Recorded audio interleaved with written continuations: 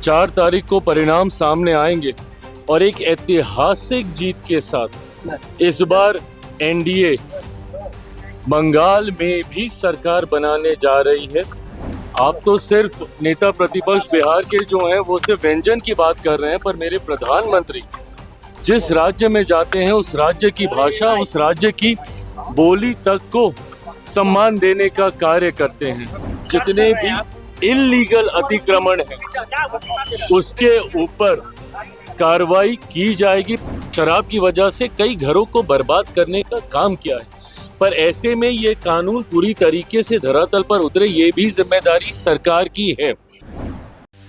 Patna airport पर चिराग ने बहुत ही स्पष्टता के साथ कहा कि प्रधानमंत्री देश की भावनाओं को समझते हैं और देश में अलग अलग खान पान है। सबके खाने की अलग आदतों का सम्मान करना होता है और सबकी भाषा का सम्मान करना होता है।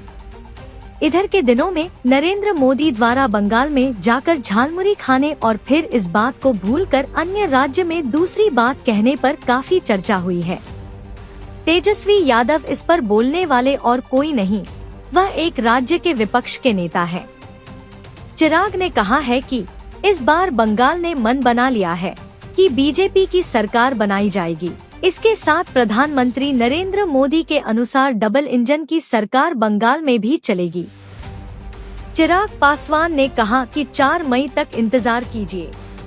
देखिए, ये हमारे देश की खूबसूरती है कि देश के अलग अलग राज्यों में व्यंजनों में इतनी ज्यादा विविधताएं हैं और यही स्वाद देश के प्रधानमंत्री होने के नाते हर राज्य के व्यंजन को सम्मान देना, भाषा को सम्मान देना। आप तो सिर्फ नेता प्रतिपक्ष बिहार के जो हैं वो सिर्फ व्यंजन की बात कर रहे हैं, पर मेरे प्रधानमंत्री जिस राज्य में जाते हैं उस राज्य की भाषा, उस राज्य की बोली तक को सम्मान देने का कार्य करते हैं और यही एक प्रधानमंत्री देश के नेतृत्वकर्ता की सोच होनी चाहिए।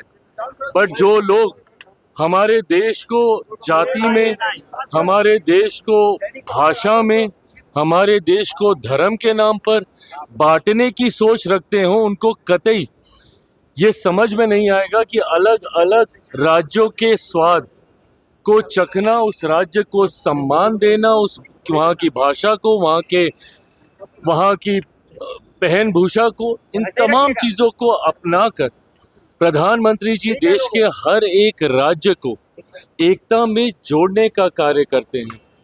बट जो MY समीकरण बनाकर हमारे देश को तोड़ने की सोच रखते हो जातीयता और सांप्रदायिकता में, वो लोग इस बात को कतई नहीं समझेंगे। बहरहाल इन तमाम चीज़ों के परिणाम अब बहुत दूर नहीं है।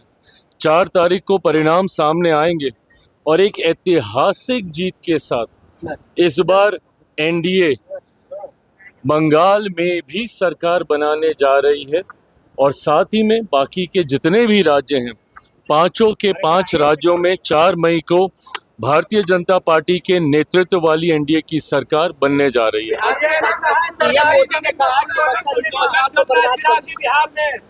देखिए, जिस तरीके से बंगाल में ममता बनर्जी जी के नेतृत्व में पिछले कई सालों से बंगाल को बर्बाद करने का कार्य किया, आज जिस तरीके से देश तीव्र गति से विकास की राह पर आगे चल रहा है, तो वहीं ममता बनर्जी जी ने अपनी राजनीति की वजह से बंगाल को कभी भी देश के साथ मुख्य धारा में नहीं जुड़ने दिया। आज बंगाल के लोग भी देख रहे हैं कि किस तरीके से डबल इंजन की सरकार का लाभ देश के कई राज्यों को मिल रहा है।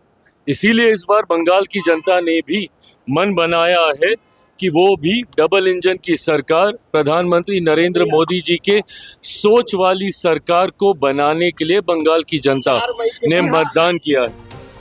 चिराग पासवान ने बिहार में शराबबंदी के जारी रहने की बात भी कही और इसके साथ उन्होंने कहा कि जिन लोगों का घर किसी कारण से उजाड़ा जा रहा है, तो पहले उनका घर बसा देने के बाद ही घर उजाड़ा जाना चाहिए।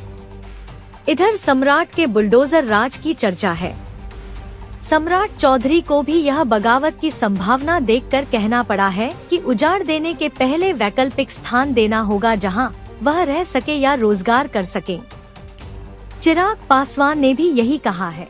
सरकारी जमीन पर जितने भी घर बने होंगे उसके ऊपर बुलडोजर चलेगा। देखिए, जिस तरीके से अतिक्रमण ने कई बार विकास की राह में गतिरोधक बनने का कार्य किया है, ऐसे में जितने भी इल्लीगल अतिक्रमण हैं उसके ऊपर कार्रवाई की जाएगी, पर इस बात को भी सुनिश्चित किया जाएगा कि कोई भी ऐसे घर को ना तोड़ा जाए, कोई ऐसे परिवार के साथ अन्याय नहीं हो जिनका जायज अधिकार वहां पर हो।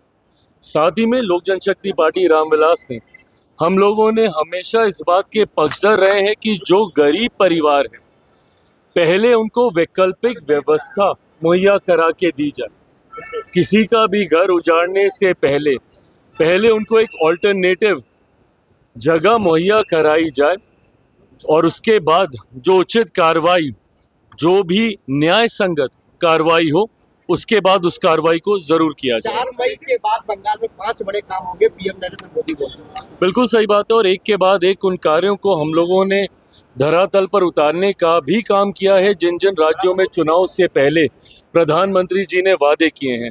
उसी सोच के साथ इन बातों को प्रधानमंत्री जी के द्वारा रखा गया है, जो कि यकीनन 4 मई को एनडीए की सरकार बनने के बाद धरातल पर उतारे जाएंगे। लेकिन उसके बाद सरकार कह रही है कि बंदी लागू रहेगा। 10 वर्ष हो गए चिराग जी, लेकिन पूर्णतः सफल नहीं नजर आ रहा है। देखिए, कानून में जहाँ पे त्रुटियां हैं जरूर उसको दुरुस्त किया जाएगा।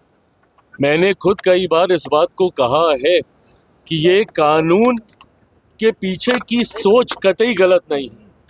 यकीनन शराबबंदी एक ऐसी चीज़ है जिसने शराब की वजह से कई घरों को बर्बाद करने का काम किया है, पर ऐसे में ये कानून पूरी तरीके से धरातल पर उतरे, ये भी जिम्मेदारी सरकार की है। इसमें यकीनन रह रह के कुछ त्रुटियां सामने आती हैं। जहरीली शराब के निर्माण जैसे कार्य हम लोग को बिहार के अलग अलग क्षेत्रों में देखने को मिलते हैं। सीमावर्ती इलाकों में जिस तरीके से आयात होता है वो हमारे लिए कई बार चिंता का विषय बनता है। तो जो त्रुटियां हैं उसको ज़रूर दुरुस्त किया जाएगा, ये भी मैं विश्वास रखता हूं, क्योंकि सरकार के जिम्मे ये एक बड़ी जिम्मेदारी है और उसको भी हम लोग करने का काम करेंगे। देखते रहिए विमर्श न्यूज। चैनल के प्रोग्राम को शेयर करने के साथ चैनल को सब्सक्राइब ना किया हो तो कृपया अब कर दीजिए।